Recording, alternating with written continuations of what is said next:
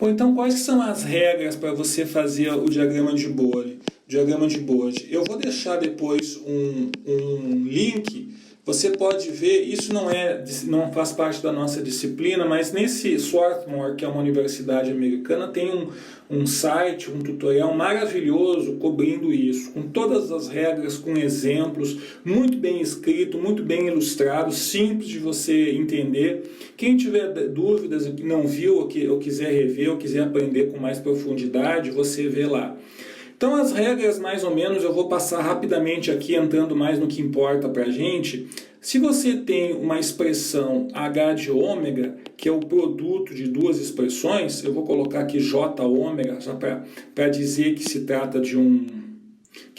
de Laplace, né, j ômega. Se eu tiver se eu quiser a fase de h de j ômega, vai ser simplesmente a fase de j ômega mais a fase de g.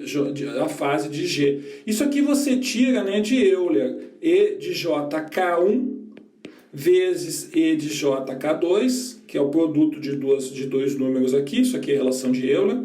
Isso aqui é simplesmente e jk1 mais k2. Então o produto aqui vira soma aqui. E se você quiser, e se você tiver, por exemplo, h de j ômega é o numerador dividido pelo denominador, isso aqui vai ser a mesma coisa. O h de j ômega vai ser simplesmente a fase do numerador menos a fase do denominador.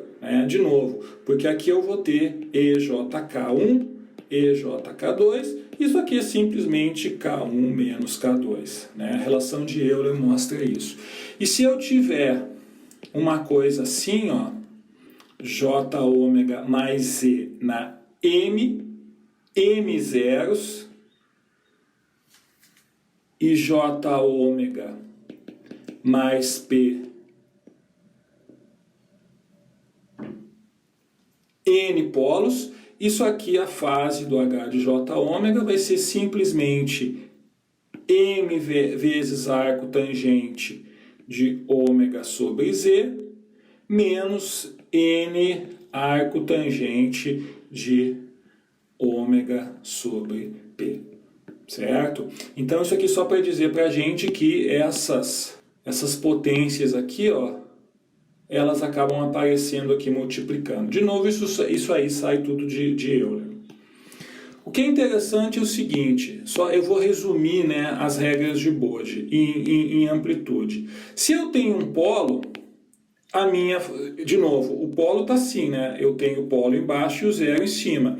Se o polo está embaixo, o meu sinal desce, o meu sinal cai. E se eu tenho um zero, o meu sinal sobe. Sobe de quanto? A regra é a seguinte, ele sobe e desce com a mesma inclinação, com o mesmo slope. 20 dB por década ou 6 dB por oitava. O que é uma década? É 10 vezes. Então, 1 e 10 Hz. E o que é uma oitava? Igual a música, é o dobro, né? O dobro. Ou seja, 1 e 2 Hz. Então, o que é cair 6 dB? Cair 6 dB é o seguinte, eu tenho de 1 a 2 Hz, eu faço isso. Se aqui eu tenho 1 dB, aqui eu tenho que ter menos 5 dB. Certo? Então, eu caí aqui, ó, 6 dB em uma oitava. Então, a coisa é mais ou menos o seguinte. Um polo, eu ando aqui, eu cheguei no polo P1, ele cai 6 dB por oitava. Esse slope aqui, isso aqui em frequência. E isso aqui é o módulo do H. Se eu tenho um zero, agora por sua vez, se eu tenho um zero, vamos supor que eu tenho um zero na origem. Se eu tenho um zero na origem, o meu sinal já sai subindo. Aí ele encontrou o P1 aqui. Como eu tenho aqui subindo 6 dB por oitava, mais, né? E ele vai cair 6 dB por oitava, ele faz isso. Então aqui eu faço 6 dB positivo com 6 dB negativo e ele fica estável. Então eu tinha um zero na origem, começou subindo, né, responsável por esse shape aqui, e depois o polo surge e equilibra esse negócio. Se eu tiver um zero na origem, sozinho, ele começa subindo 20 dB por década ou 6 dB por oitava. E se eu tiver um polo na origem, ele já sai caindo, menos 20 dB por década ou menos 6 dB por oitava. É sempre a mesma coisa. Agora, essas retas que nós estamos vendo, elas são assíntotas. Isso aqui é muito importante que você lembre. Então, vamos fazer um exemplo aqui de uma estrutura que tem apenas um polo. Apenas um polo P1. Então, se a estrutura tem apenas um polo, como é que vai ficar o nosso desenho aqui? Ele vem reto aqui, chega no nosso polo e cai. Agora, essa reta aqui, ó, isso aqui são assíntotas. A natureza não tem respostas que são retas assim. A nossa curva real, ela é isso aqui, ó. Em vermelho é a nossa curva real. Por que a gente desenha o preto e não desenha o vermelho? Para ser mais fácil. E eu quero que você preste atenção porque isso aqui é importante, ó. Qual que é a diferença da preta para a vermelha? Essa região que é onde está o polo, eu tenho isso aqui, ó, sempre eu vou ter 3 dB de diferença, ou 0 vezes 707. Então, se eu fizer aqui maior para você ver, significa o seguinte, sempre quando você tem o polo, por exemplo, vamos dizer que aqui era 1, aí você chegou aqui no polo P1, isso aqui é o ganho, vamos supor que seja 1, quanto que vai ser o ganho exatamente aqui no polo? Não vai ser 1, ele vai ser 1 vezes 0,707 e é nesse ponto que a minha onda real vai passar. Minha onda real, estou desenhando porco aqui, mas você entendeu, vai cair aqui. Ou se você usar, como é muito comum, decibéis,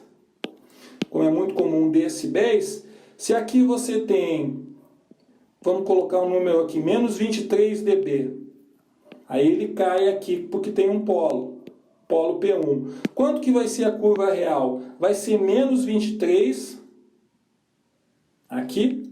Esse ponto aqui vai ser menos 23, menos 3, ou seja, menos 26 dB.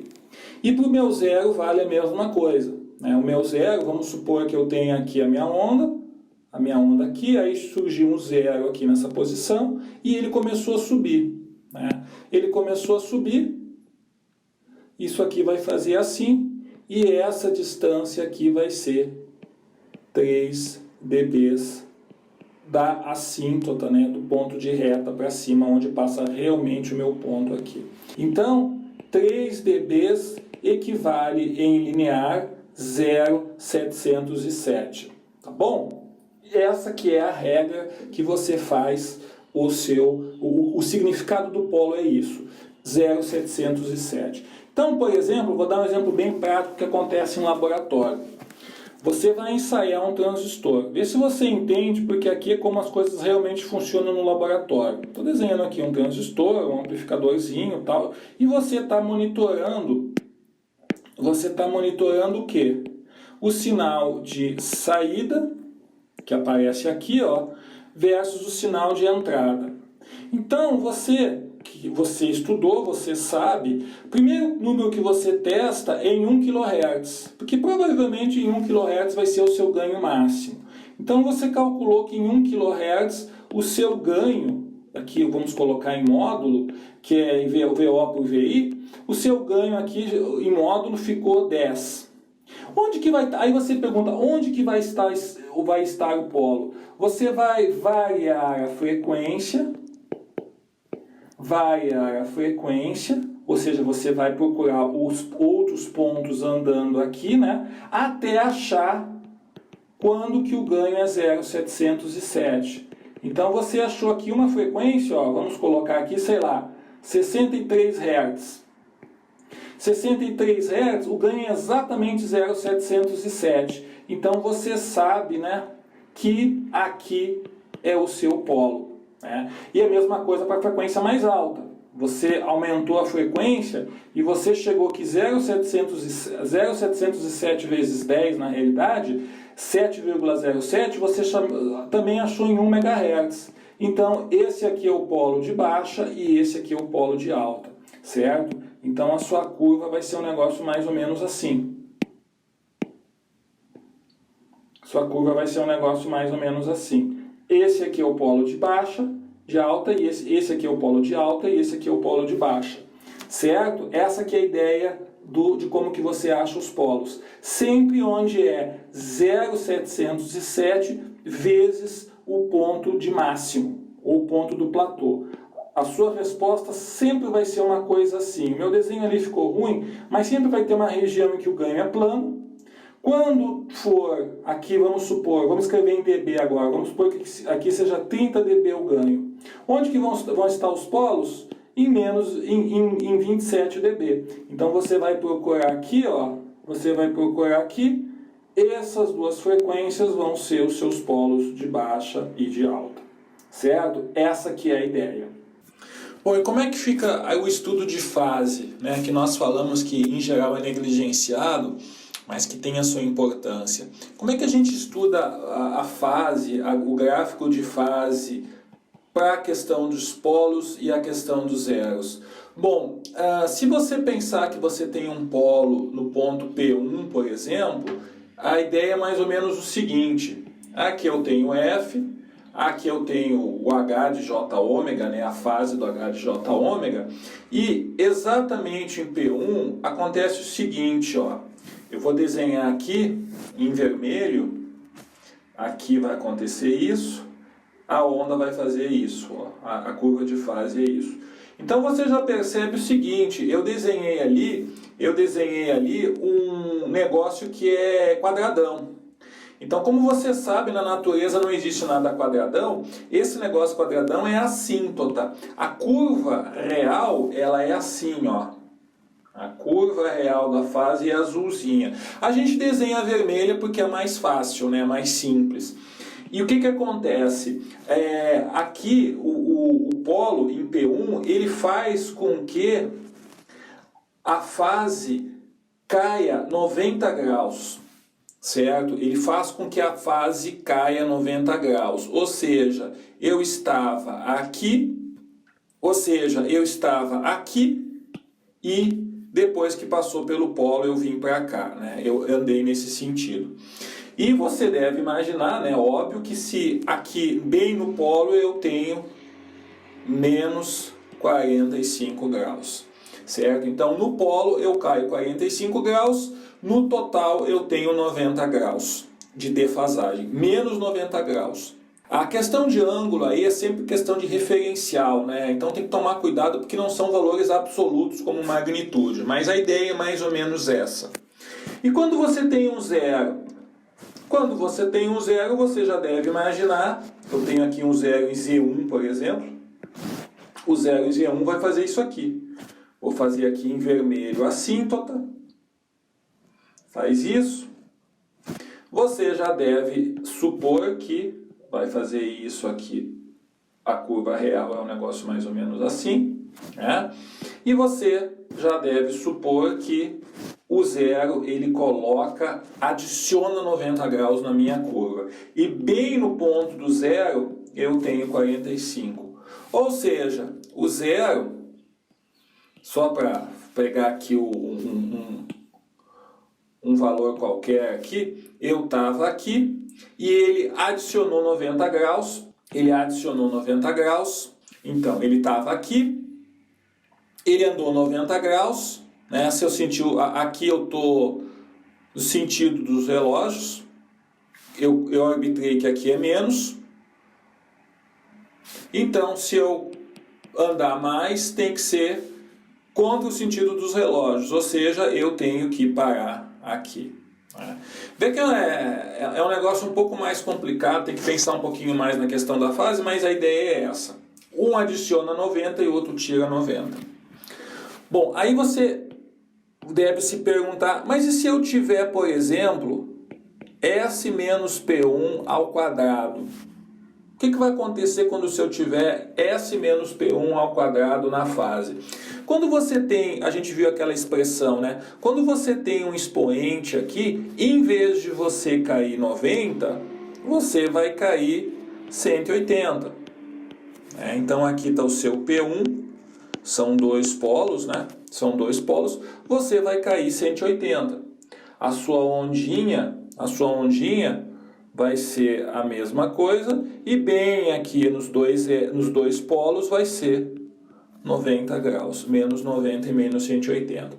Se for em 3, vai ser 3 vezes 90. Se for em 10, vai ser 10 vezes 90.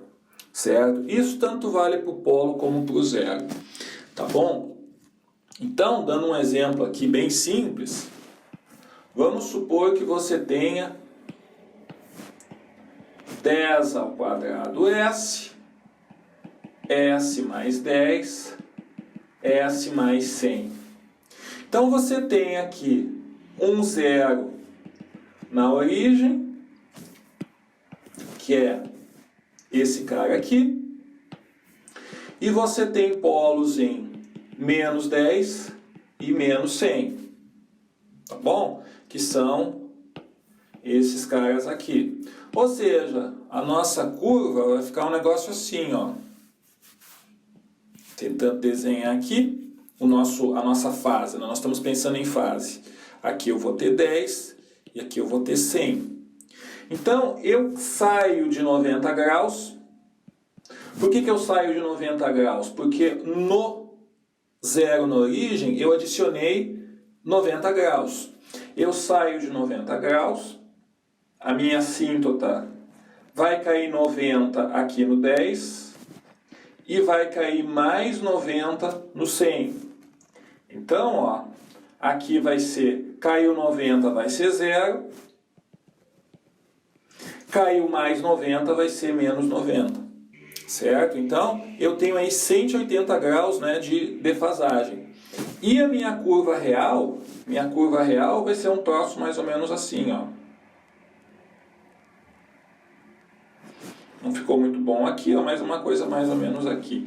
Aqui ele caiu 45 e aqui ele vai cair menos 45 graus. Então essa aqui é a ideia da resposta de fase.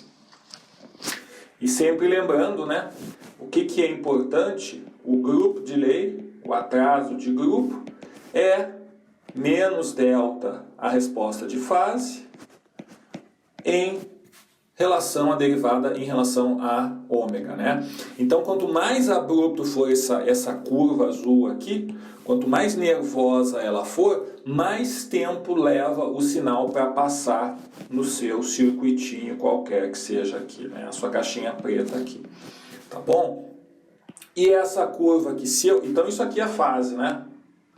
Isso aqui é a fase. Se eu quisesse fazer a magnitude, se eu quisesse fazer o H desse J ômega, né? Então, ele começa subindo, 10 e 100, né? Seria uma coisa mais ou menos assim, né? Ele começa subindo por causa do zero, aí ele chega no 10.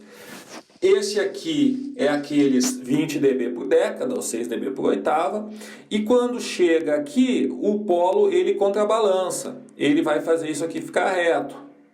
Ficou reto. Quando chegou no 100, ele caiu. Né? Ele estava assim, passou a cair. Então esse slope aqui é 6 dB por oitava.